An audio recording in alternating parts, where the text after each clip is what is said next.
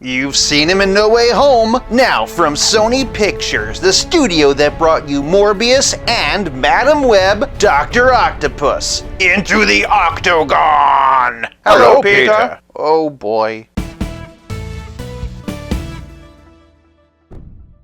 Welcome to 5 Points of Articulation. Today I'm taking a long overdue look at the long-awaited Marvel Legends Spider-Man No Way Home Doctor Octopus. Starting off with the packaging, and No Way Home Doctor Octopus comes in a Spider-Man 2 box? I know, at this point pretty much everybody knows the story. Hasbro wanted to make a No Way Home Doctor Octopus, but the likeness rights weren't there for that film, so they had to go with the Spider-Man 2 branding. And honestly, Doc Ock from No Way Home was technically supposed to be plucked out of Spider-Man 2, so I think it's close enough. Interestingly enough, the glamour shot on the side is the figure and not a picture from the movie. I'm guessing it's because there weren't any actual publicity stills, but that's fine, this still looks really good. Flipping around back, we get a clear look at him and everything he comes with. And while I'm not usually a fan of windowless boxes, this time I'm okay with it. Because of the tentacles, he was packed really weird, and I think it probably would have looked very awkward with a window. And so, despite the window box and the technically incorrect labeling, for packaging, I'm still giving Dr. Octopus 5 out of 5. Moving on to presentation, and with his arms bent so he can actually stand on the ground, Otto Octavius stands at about 6 1/4 inches. At this point, we have no idea if there are other No Way Home figures coming out, and if not, I think they might have saved the best for last. Don't get me wrong, I gushed about Green Goblin, and rightfully so, but even I have to admit that as good as the likeness was, it wasn't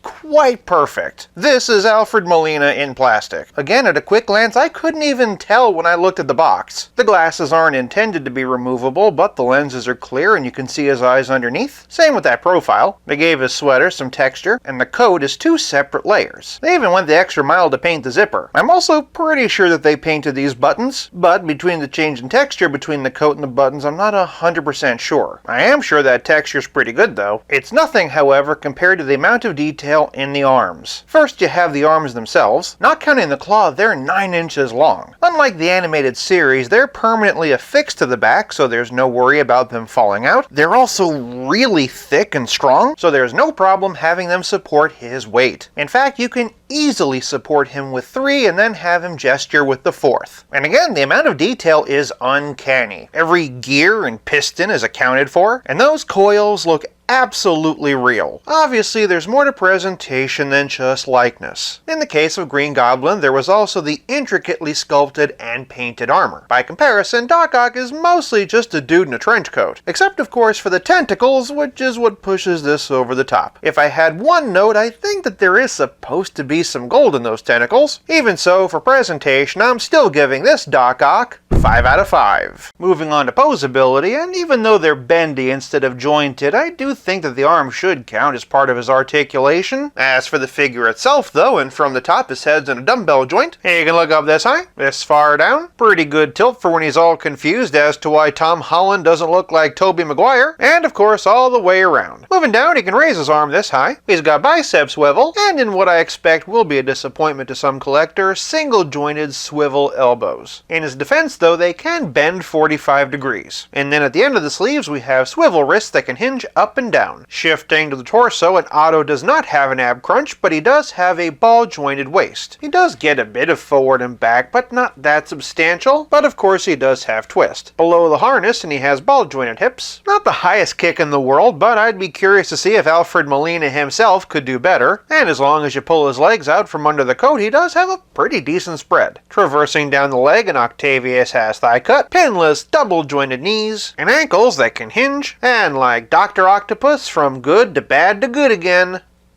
pivot. In terms of articulation, if it wasn't for the big bendable arms, I'd probably give this figure a 3. That said, the arms do make a difference. For posability, I'm giving Dr. Octopus 4 out of 5. Moving on to playability, and of course the tentacles are his primary feature. Even so, he does come with a few accessories. Firstly, he has a pair of open hands. The right one is mostly just relaxed, but the left one looks like it's meant to hold an accessory. The only thing I could imagine him holding would be the power of the sun in the palm of my And, well, that and that arc reactor from the end of No Way Home. Come to think of it, there is one other accessory I could imagine Alfred Molina holding. There we go. Adios, amigo. You know, those tentacles look a lot like snakes. OCK also has 2 alternate pincers. What makes these ones special is that they're articulated. Notice the little hinges here. Just watch out because they're only clipped on and do have a tendency of popping off. One of the coolest things in Spider-Man 2 was how the arms looked almost like snakes trying to whisper into his ear. These do a great job of recreating that. Why did it have to be snakes? If I could have had one more accessory, I would have really liked a smiling head, but this is already a pretty expensive item, so I'm happy with what we got. After all, playability is more than accessories, it's also about how well your figure plays with others. Before we dig in though, just a quick reminder that I am now an ambassador for Whatnot. Whatnot combines auctions with live streams. It's kind of like a combination of eBay and Twitch. Opening it up and it already suggests a bunch of topics that you might be interested in, or you can search for things on your own. The exciting part is that if you sign up using my code, you'll get a $15 credit towards your first purchase. It's a great way to get a few extra bucks to add to your collection, and it really helps out the channel. Link is in the description. And now, on to the comparisons. For our other Hasbro Doctor Octopus, and here we have the comic book version, the animated series version, and while we wait for Hasbro to give us Catherine Hahn's version from Into the Spider-Verse, here he is with Agatha Harkness. That said, for the OG Alfred Molina Doc Ock, and here we have the Toy Biz one. My goodness, have we come a long way. For some other No Way Home villains, and here we have Norman Osborn. Norman's on sabbatical, honey. I mean Green Goblin. And Sandman, who's well sculpted and has some great accessories, but is a bit on the short side. Moving over to Mysterio, and well, technically he was in No Way Home for the first 5 seconds. That's almost as long as the Peter killed Mysterio subplot lasted. Since we heard Venom's voice and saw a little bit of his goo, here he is. So how many months was Eddie Brock hanging out at that tiki bar? And hey, since we're trolling out all the Spider-Man villains anyway, here we have the Vulture. For the secondary human antagonist of No Way Home, and here we have J. Jonah Jameson. But for the real villain of the movie, and here's the guy who cast the spell to make the world forget about Peter Parker without asking any qualifying questions first. Doctor Strange. Hey, that's pretty good. Anyway, here's Happy Hogan. Ned. What's a Ned? And the original Homecoming 2-pack version of MJ. This brings us to Peter. Hello, Peter. For Doc Ock's Peter, though, and here's the original Toy Biz movie version. Hello, Peter. And then here we have the Hasbro. Hello, Peter. Is this the 3-pack version or the single-carded with the Spider-Man mask on? I'll never tell. Next up, and here we have Andrew Garfield. Hello, Peter 3. And for an extra helping of Tom Holland, and here we have the Homecoming suit. Hello, Iron Boy. The Far From Home suit. Merry Christmas. The integrated suit. Merry Christmas. And the final swing suit. Happy Hanukkah. Of course, if they really want to get serious about a live-action Spider-Verse, they've got to bring in Japanese Spider-Man. Konnichiwa, Pita. For a comic book style and relative scale comparison, here's Doc Ock with Pizza Spidey and the Spectacular Spider-Man. I love that him and Select are standing eye to eye. And as always, here he is with Stealth Iron Man. Yeah, hey, do you think you could spare a couple of those legs? Woohoo!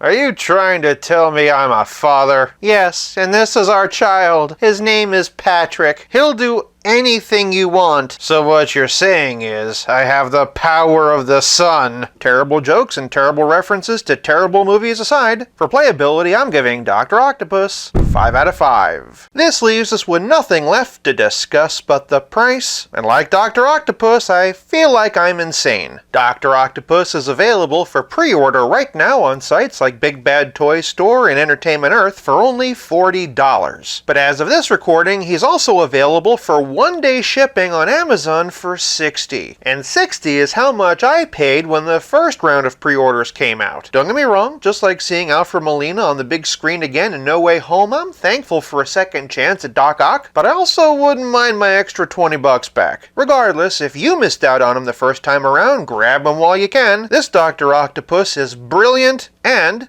far from lazy. Given the discrepancy between the two different costs for price, I'm going to give Doc Ock 4 out of 5 for a grand total of 4.6 out of 5. You all look like ants from up here. Did somebody say ants?